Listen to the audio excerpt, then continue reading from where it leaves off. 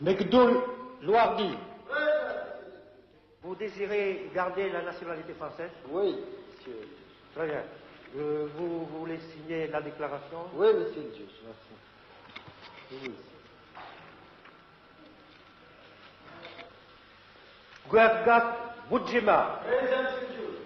Approchez, approchez. Vous désirez garder la nationalité française? Oui, monsieur le juge. Très bien. Signez la déclaration. Oui, monsieur le juge. Cette cérémonie a lieu tous les mercredis. Au camp militaire de Rivesaltes, près de Perpignan, nous avons vu les harkis rapatriés d'Algérie faire leurs premiers pas dans la vie métropolitaine.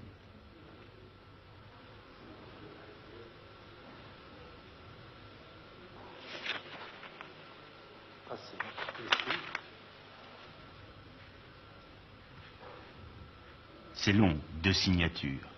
Parfois, monsieur le juge s'impatiente un peu. Vous l'avez vu. Voici le récépissé de la déclaration que vous venez de souscrire. Ne me Merci, perdez pas. monsieur le juge. Dès que votre femme est là, il est là. Ah, approchez, madame. Guergat Boudjema. Présent, monsieur le juge. Approchez. Vous désirez garder la nationalité française, madame? Oui. Oui, monsieur. Bon, tenez, je vais vous délivrer le récépissé de la déclaration que vous savez signer. Vous savez signer? C'est comme ça. Hein? Non, je ne sais pas. Bon, ça ne fait rien. Voici le récépissé de la déclaration, madame. Voilà. Vous pouvez vous retirer, monsieur. Je vous remercie. Vous pouvez partir. Aoucha! C'est fini. L'arbitre, c'est fini, c'est fini. Est-ce que vous désirez garder la nationalité française? Oui, monsieur le juge. Oui, monsieur le juge. Oui, monsieur le juge. Oui, monsieur le juge. Et votre femme? Voulez-vous lui? Oui, monsieur le juge. Alors ça y est, vous êtes... Je suis français. Vous êtes français. Votre femme aussi. Moi et ma femme. Est-ce que ça veut dire que vous ne vous sentez plus algérien? Non, non, non, pas du tout. Plus du tout. Non. Je sens bien que je suis français pour le moment. Français. Et vous pensez que vous ne regretterez jamais l'Algérie? Jamais, jamais, jamais. Jamais. C'est votre pays natal pourtant. Oui. J'en avais marre, j'en avais jusqu'ici, l'Algérie. Alors maintenant, je pense plus à l'Algérie. Fini. Ne plus penser à l'Algérie, être français, ces phrases-là entendues un peu partout dans le camp n'étaient pas un constat, bien sûr. Seulement un souhait exprimé au présent dans l'espoir qu'il se réalisera plus vite. Le temps qu'il y faudra, c'est le problème actuel des anciens harkis. Et c'est aussi notre problème, puisque nous les avons pris en charge. Le camp, mis sur pied et dirigé par les militaires, a d'abord comme rôle de recevoir et d'héberger les familles de harkis. L'argent qu'elles touchent de l'État, sous forme de primes de secours, est entièrement converti en nourriture, linge et vêtements. Tout cela marche à merveille. Mais il faut aussi les préparer à la vie qui les attend en France. Aux hommes, on fait suivre des cours de préformation professionnelle, bâtiments et métaux, et aussi des classes d'IVM, initiation à la vie métropolitaine. J'arriverai demain en gare de Perpignan à midi. Viens me chercher avec un taxi. Voyez, on va essayer d'écourter le texte. Parce que plus il y a de mots, plus le télégramme est cher. Hein? Alors, là-dedans, on va enlever les mots inutiles. Hein? J'arriverai. Pourquoi? Parce qu'il y aura le nom de l'expéditeur. Hein? Qui sait que c'est lui? Alors, on enlève le J. Aux femmes, on fait suivre des cours de travaux ménagers. Il faut apprendre à se servir d'un fer électrique, d'une machine à coudre. Il faut aussi apprendre à parler et à lire en français. Apprendre à lire pour une femme arabe, c'est un événement grave. C'est acquérir ce droit effrayant de penser, de réfléchir, de se mêler aux problèmes qui ne sont pas immédiatement ceux du foyer. Beaucoup, la plupart, ne s'y risquent pas. Ici, ce sont les femmes âgées qui viennent. Je ne dis pas le plus volontiers, mais avec le moins d'appréhension, de répugnance. Les jeunes n'osent pas.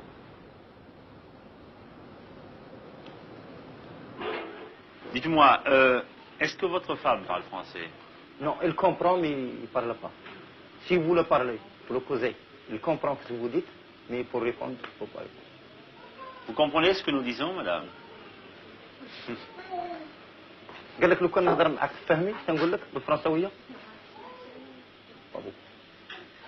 Ça serait plus pratique que votre femme parle français, non? Pour la vie de tous les jours, enfin. Moi je voudrais bien parce que là-bas à l'Algérie c'est l'homme qui fait le marché, qui fait ça. Et moi je voudrais bien que ma femme qui est à ma place, c'est ma femme qui fait le marché, qui l'achète, qui fait tout ça. Moi je voudrais bien ça, qu'il apprenne. Quand vous aurez une paye, un salaire, vous lui donnerez de l'argent pour le ménage? Oui, je le donne. Et je donne d'argent, mais il ne sait même pas compter. Ils ne connaissent pas ni billets de 1000, ni de billets de 500. Ils ont billets de 500 ou billets de 5000, et pour elles, c'est pareil.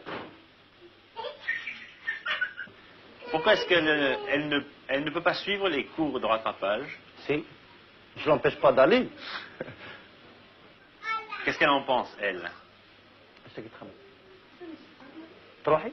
تقرأي ولا ما تروحيش؟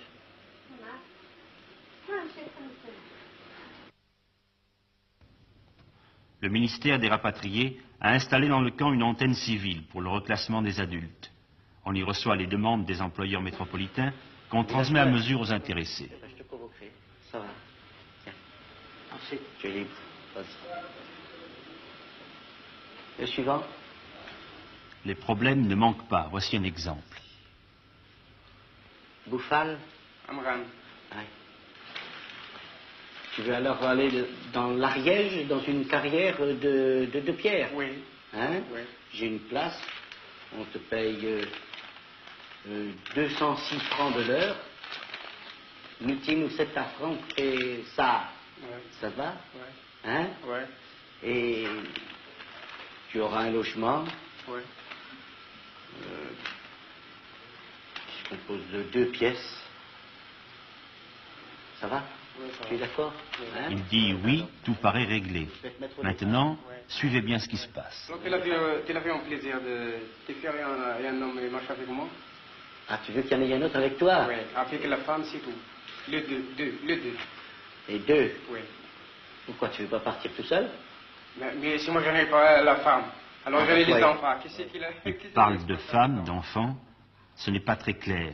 En tout cas, le responsable derrière son bureau ne comprend pas. Ce qu'il retient, c'est que Boulaf Amran ne veut pas partir seul. Ben, écoute, quand tu arriveras là-bas, tu verras le patron. Oui. S'il a une autre place, Oui. hein, Oui. tu me la demandes, puis j'enverrai un autre de tes camarades. Oui. Tu lui donnes le nom, Oui. hein, Oui. et je l'enverrai plus tard. Mais moi, pour les enfants. Non, ce n'est pas ça.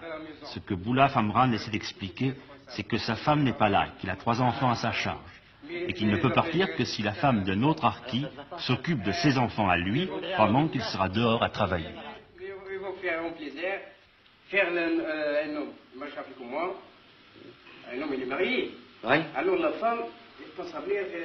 Qui pourra s'occuper évidemment de tes Voilà. enfants. Alors si moi avec l'homme l'autre, alors je vais travailler. Bon, Alors, ben, je vais te réserver pour un autre dossier où il y aura 2 Oui. ouvriers. Oui. Hein, tu voudrais partir avec un camarade. Oui.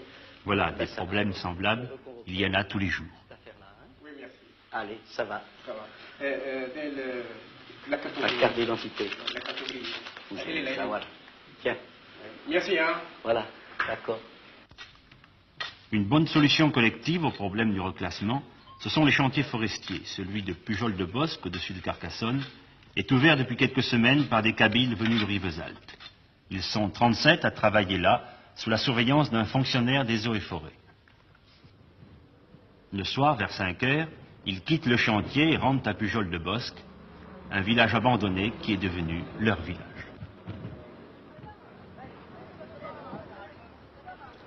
Ils s'installent peu à peu.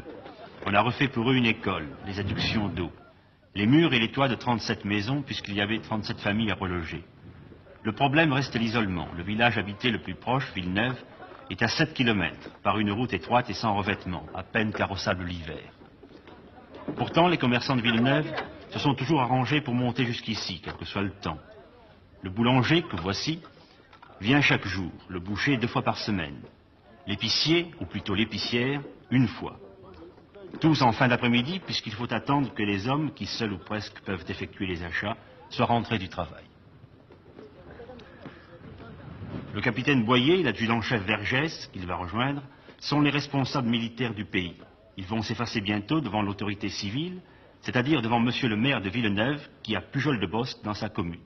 C'est une expérience un peu particulière pour un maire de France d'avoir administré des musulmans, non? Oui, au début c'était un petit peu, ça m'a un peu gêné en somme, parce que ce sont des gens qui sont de notre forme, quoi, de notre civilisation que nous, peut-être de notre mentalité. Alors, au début, mais après, je me suis très bien habitué, quoi, ce sont des gens très sympathiques. Au fond, avant l'arrivée des musulmans à Pujol-de-Bosc, vous n'aviez plus d'administré ici, si? Il n'y avait qu'un seul berger qui était dans le village. C'était le dernier habitant du pays? C'était le dernier, oui, pratiquement. Et depuis, vous en avez combien de plus, par conséquent? 190 actuellement. Et on espère en recevoir quelques-uns de plus, qui portera l'effectif à 250. Moi, ça vous a fait plaisir? Oui. C'était un pays où j'avais beaucoup de souvenirs, hein, et j'avais un peu mal au cœur de voir toutes ces maisons tomber en ruine. Ouais. De les revoir quand même retapées comme ça, hein. C'est un village qui a repris, quoi, une vie tout à fait normale, quoi, avec toute cette jeunesse, quoi, toute cette école.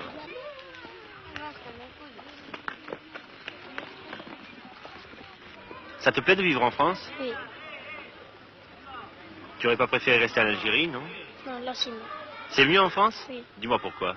Parce que là c'est mieux. Parce que là-bas, il y a FLN. Il y a le FLN là-bas. Oui. Tu avais peur du FLN? Oui. Tu te plais ici? Oui. Tu préfères être ici ou être en Algérie? En Algérie. Oui.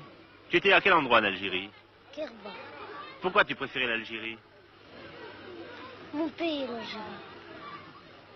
Tu allais à l'école déjà en Algérie? Oui. À quel endroit? J'étais à Binabra. C'était pareil qu'ici? Comment? C'était comme ici l'école? Oui. Tout pareil? C'est pareil, oui. Les maisons, elles sont comme en Algérie? Non, elles ne sont pas comme en Algérie. Comme elles sont? L'Algérie, c'est avec des roseaux et puis de la terre. Et ici? Ici, c'est avec des ciments. Et puis, dessus, c'est des plaques comme ça. Oui. Et puis aussi, des planches dessous. À la seule femme kabyle parlant français, Madame Aguazil, nous avons demandé depuis quand elle était installée. 15 jours. Ça fait 15 jours. Ça fait 15 jours seulement que vous Oui, êtes là? oui. Très bien. Vous étiez à Rivesaltes avant? Oui, à Rivesaltes. C'était bien là-bas, Rivesaltes? Oui, il était bien. Même mieux qu'ici. Pourquoi? Parce que vous avez une maison à vous ici? Oui, parce que nous autres maintenant, il y a la maison, là-bas c'est à l'armée, ça c'est à nous. C'est à eux, oui. Le réchaud à gaz, les chaises, la table, le coin où ils rangent ce qu'ils ont pu sauver dans leur départ. Ces clés suspendues au plafond sont celles de la maison, en Algérie. Vous avez combien de pièces? J'ai 3 pièces. Il y a 2 chambres et cuisine. C'est-à-dire la pièce ici, Oui, et puis 2 chambres. oui, un chambre pour le gosse, un chambre pour moi, un cuisine. Vous êtes combien dans la famille? Il y a Jacqueline, 6. 2 sœurs et un frère. et puis votre mari. Oui. Combien il touche votre papa? Quel est son salaire? 1500 francs par jour. Ici. Vous avez les allocations familiales ou non? Oui, ici. Qu'est-ce que vous pensez, que vous resterez ici? Oui, on va partir alors, on va rester ici jusqu'à la fin. Ça vous plairait de vivre Oui, ici? oui, Hein? oui. Aujourd'hui, en France, il y a 28 villages semblables à Pujol-de-Bosc, habités par ceux qu'on appelait naguère les Harkis. Il y en aura 70 d'ici la fin septembre. Ici, à Pujol, 3 enfants sont nés depuis le début du printemps. L'un s'appelle Mazouni, les autres Jacques et Gisèle. Ce sont les premiers prénoms français.